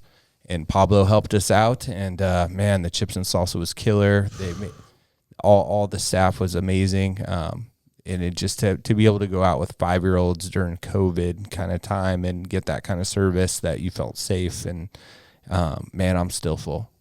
It was good. That was just you and the kids? Oh yeah, nice, dude. That must have been fun. Taylor Restoration, 24-hour emergency home services, helping Alaskans restore their dreams since 1972. Services include fire, water, mold, post-emergency cleaning, repair, and remodeling, including burst pipes, overflowing toilets, down trees, fires, pet accidents, and vandalism. Tailored has an emergency response number with trained professionals available to help you anytime, day or night. Give them a call in Anchorage, Eagle River, or Mat-Su. You can hit them up at tailoredrestorationalaska.com. So I know we're getting long in the tooth. I'm dragging out the moose kill story just a little bit. I get a little excited with that stuff. Anyway, I told my wife I had a little nuance to our moose harvest that I didn't tell her, and I said she'll have to listen to the podcast to find out what happened. So I smacked this bull. And he takes about a minute or so, Eric, and he finally lays down and lays his head down, and he's seemingly done, expired, and he wasn't. I did make a good kill shot on him, but a good Boilermaker long shot on this bull. Every time you want to shoot a big game animal, I think you want to shoot it and hit longs. And he lays down, and he's seemingly still got some fuel in the tank. So Eric kind of lets out a loud cow call. And then he stands back up. And I'm like, oh, man. So I get on him again, get set up, put one right into his chest. Bam. It was kind of graphic, but I don't mind sharing this. And he takes it, and then he lays down and lays his head down. And we're like, all right. So I look at Eric. He looks at me. I throw my hands up like, yeah, got him, And I didn't hoot and holler. I didn't do that whole thing. He looked at me and was like, yep, got him. All right, cool. So I walk up to this thing. And so you whispered, yeah. No, I just put my arms up, but I'm in my mind. I'm like, got him, You didn't say whackem, packem, and stackem. If it's brown, it's down. If it's, I should say whackem, packem, and stackem. That's pretty good. Anyway, so I tell her I'm gonna walk up to him. It was like maybe 2 to 5 minutes or so. It took me a few minutes to walk up to him, right? Minutes. Yeah. So I walk up to him and I poke him with my barrel. All right. And I walk around toward the front of him, and he goes, let out that last, just nerves and just expiring 100%. So I walk around the front, and this time I take the bullet out of the chamber, put it on safety, close my scope caps, walk around. What happens? His right eye pops open. He stands straight up 10 feet away from me. What? Eric's sitting over on the hill watching this whole thing, dude. I'm like, holy shit. And I start backing up. A moose is big, but when it's that close, holy shit, huge. Dude. His shoulder was right above my head. I'm like, oh my God. I start backing up. And you could kind of tell he wanted to step forward at me, but that right shoulder that I hit was injured. So he kind of he couldn't come. And I'm like, this is all just blowing me away. What the hell? I poked you. What the, Yeah. And so I come around and he stands. Now I'm like, shit. I realize I don't have one in the chamber. My caps are closed. So I like back up real slow and I put one in the chamber as I'm looking at him, pop my scope caps, and I'm like, fuck, I'm zoomed in all the way still. Well, if So you're I- 10 feet away, Yeah, well, yeah, But but you still zoomed from the original shot. my scope's a 2.5 to 10 power. So I'm like, I know that at 10, like if I put in my scope, it's just gonna be all like brown blur. So I freaking zoom it back out to 2.5. Sorry. Oh, Go ahead. I zoom it back out to 12 to 2.5 and put it right on the behind his neck and whap and hit him. Like I got a good, like now I'm backed up. Well, okay, hold me back up. So I'm backing up. I put one in the chamber, open my scope caps, zoom my scope, and I hit a tussock and I stumble back. Oh my gosh. So I'm like, oh shit, like I'm just free falling back, right? But it's a soft kind of slow motion fall. So I grab my rifle in right hand, stick it up in the air. Like, I had the wherewithal enough to like think about like all of it. So I stick it up in the air because I don't want the gun to be like all sideways and weird. So I stick it up in the air. My left hand, thank God there's a tussock behind it taller. And I just caught it with my left hand and bursted myself back up. And boom, got into shooting position and was like, bam, hit him right behind the ear. And I'll never forget this. You talking about memories? The weight of that animal, like 20 yards in front of me, Straight down. just I mean, I felt the ground like, and I was like, and I look at Eric and he's looking at me like, I was like, what the fuck just happened? And I wasn't quiet there because I was just like, doing this, and he's just laughing over there. I'm like, dude, you just about watched your best friend get trampled. Yeah, what'd you He's think like, of that, I got it Eric? all. Oh, that's crazy, man. I know I've seen a video of it on YouTube before, but then to see it and right there, like Right. your buddy walks up to it and just horns like this, like Oh my he's all stumbling backwards and There's grabs nothing the you could scope really and do. You see him like, oh shit, I'm too zoomed in, and he's Yeah. all and then boom, and then he drops. And he just walked crazy. away from the knob and didn't have his rifle. I don't even have my rifle down. He's just standing there with the I'm bow 100 paddle. He 100 was yards calling away and from- scraping and just doing that thing to the side. Yeah. So he like meandered back like halfway back to the knob. Yeah. So he's just standing there. So this is happening because I kind of glanced over at him looking and like he's helpless. He can't there's nothing he can do. So I'm just like, holy fuck. And I'm like trying to make all this happen. And thank God he was like injured enough. He couldn't like come. And then I was like, damn, I was like, don't tell Rena. Don't tell Rena. That's the first. So now she knows, but no, it was crazy, and so yeah, we had a awesome day. We went ahead and Reno's calling you now. yeah. It's like, what did I just hear? So we go back down to camp, and I went over there again, confirmed he was 100% expired, and was like, all right. So we go back to camp.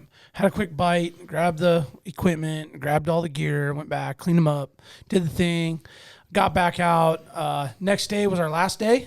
And so great night, had a big bonfire, great dinner, some moose hawks. Eric loves those moose hawks. Oh, they're good. Yeah. So I took the hawk off my cousin's cow that he shot this last August real quick, and I chopped them up into medallions. Yeah. I went Oh, full nice. Steve Ranella meat eater style, and I crock potted it, so pre-cooked it, and then I brought the juice in one bag and the hawks all sliced in medallions, about, I don't know, maybe 8 of them, in another bag, froze them, and then brought them out and then reheated them all in a cast iron. So almost kind of like crock potted them again. Yeah. And then when I brought them out, I took a knife and I carved all the bone marrow out of the hawk bone. Oh. And so you just like got to mush it up and eat it with your meat. Oh. And Eric really liked those That was hawks. good.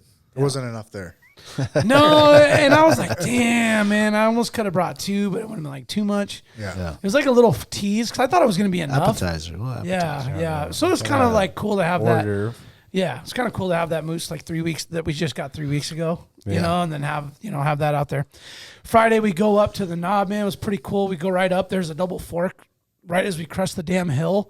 We weren't ready. We were just like climbing up and doing our morning routine, and we're quiet and we're careful. We go up It there. was dusk. It was actually earlier than we'd been. Yeah. It was like about 10 minutes earlier or so than we're normal, so it was like even darker.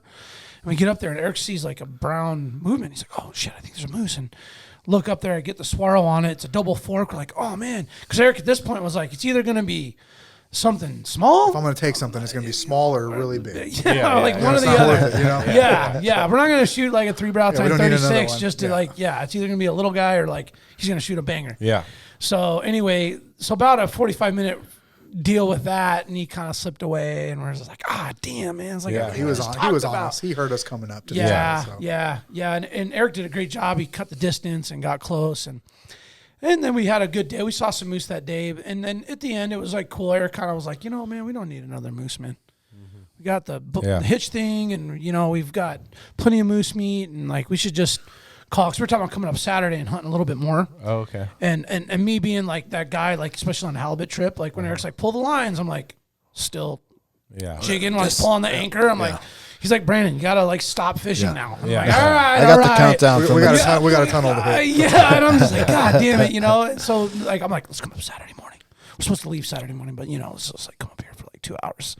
He's like, man, it's gonna take us all morning to pack up. We get a moose down, it's gonna be a whole nother day. And I'm like, all right, fine. So it was pretty cool, humbling. We kind of like talked. We watched a beautiful sunset together. Just kind of reflected on the hunt, the 10 years in it, the whole thing, and like basically said, the last good night to the knob spot. And the beautiful sunset, and to the spot. Went down, had a great dinner and a big fire and some drinks. Finished off the beer, and dude, that just, man, like it was just like that was it, man. I was like, that area between Anchorage and Barrow is nice. Yeah, it is nice. It is. It's beautiful. It's a beautiful area. Yeah, that Moose Valley. Yeah, Moose Valley between Anchorage and Barrow. And we just, nice. Like ultimately, man, we had a great trip. We got out of there. We made record time coming out, which was cool as hell. We had a beautiful ride out, and came out, had some equipment issues that we were able to rectify the next day. Enabled us to get out of there, and ultimately stayed on schedule with where we wanted to go and stop, and before we came to town. And so at the end of the day, we got out of there safely. We got a moose, a few broken things, some great memories, and that was kind of something that I wanted to, like, I don't know necessarily say this like in closing, but in terms of like bringing it all full circle, we were sitting at the restaurant the night we came out, and I'll say it again, like I really just want to thank like the crew that I go with. Eric, his dad Bruce Korman, Eric Korman, my cousin Phil Dickinson, who's like a brother. He's my first cousin. We go back to diapers. Moose hunting for the first.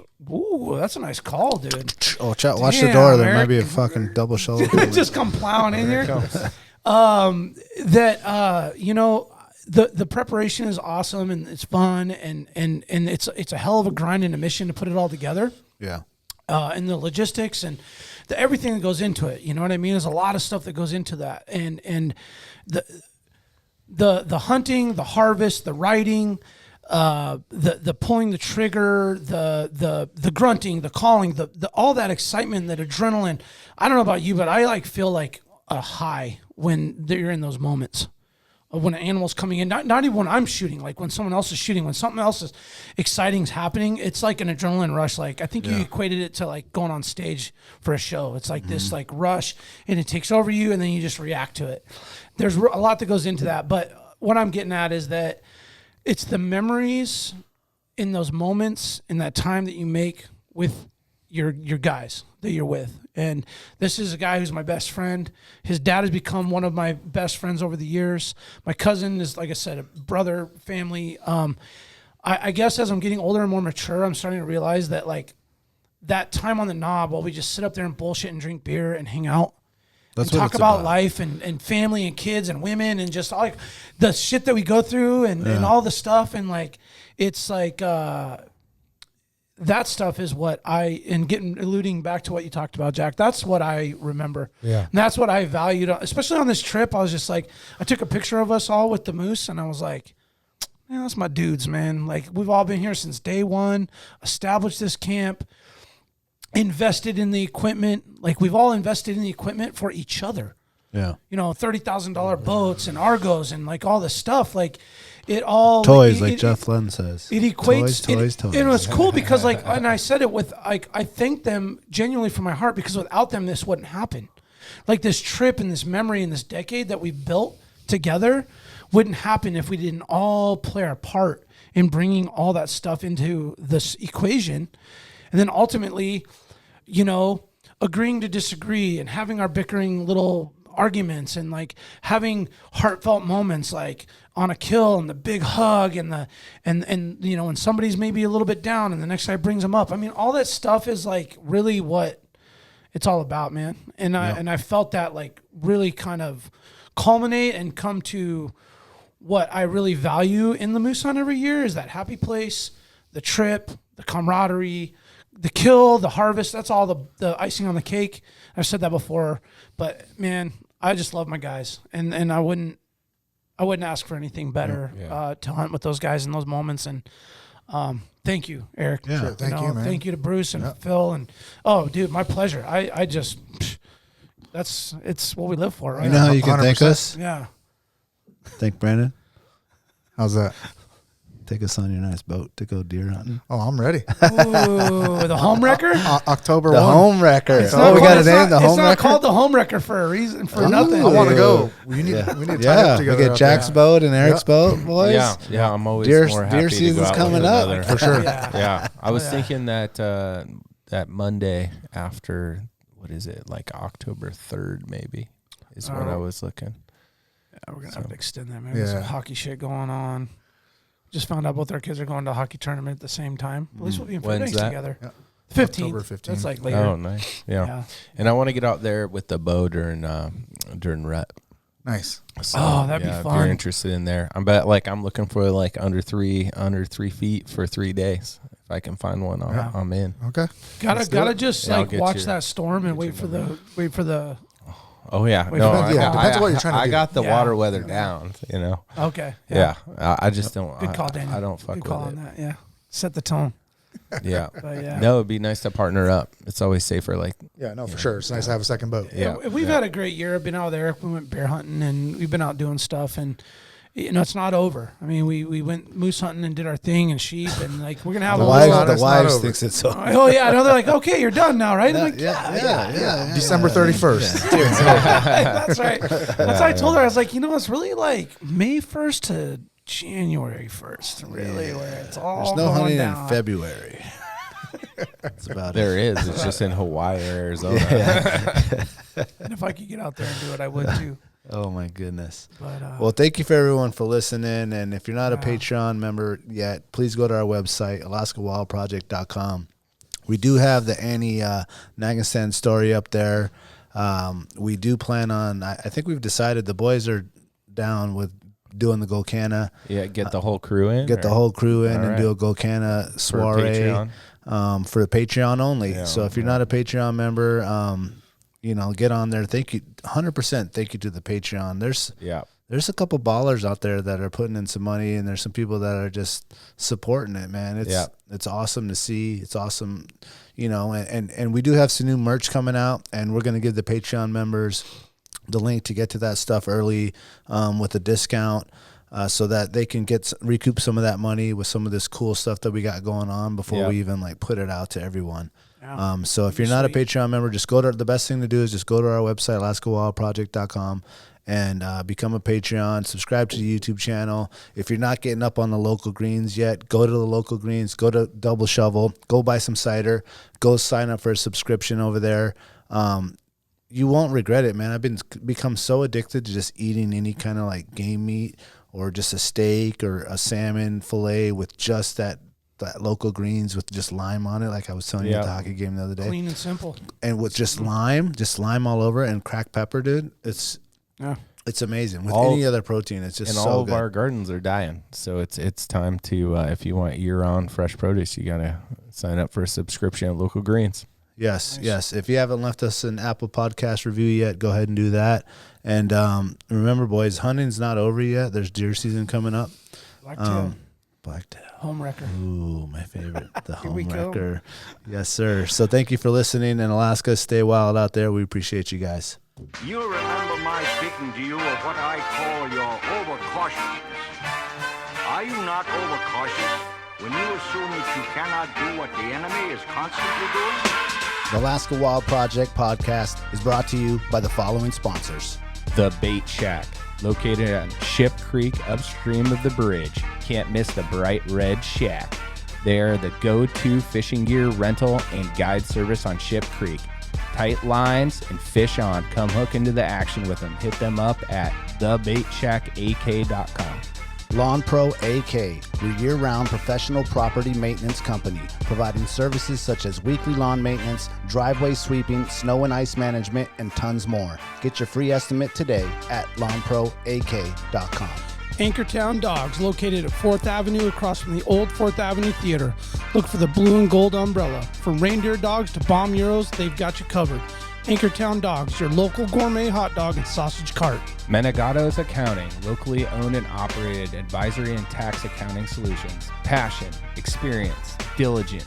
Learn more at menegatosaccounting.com.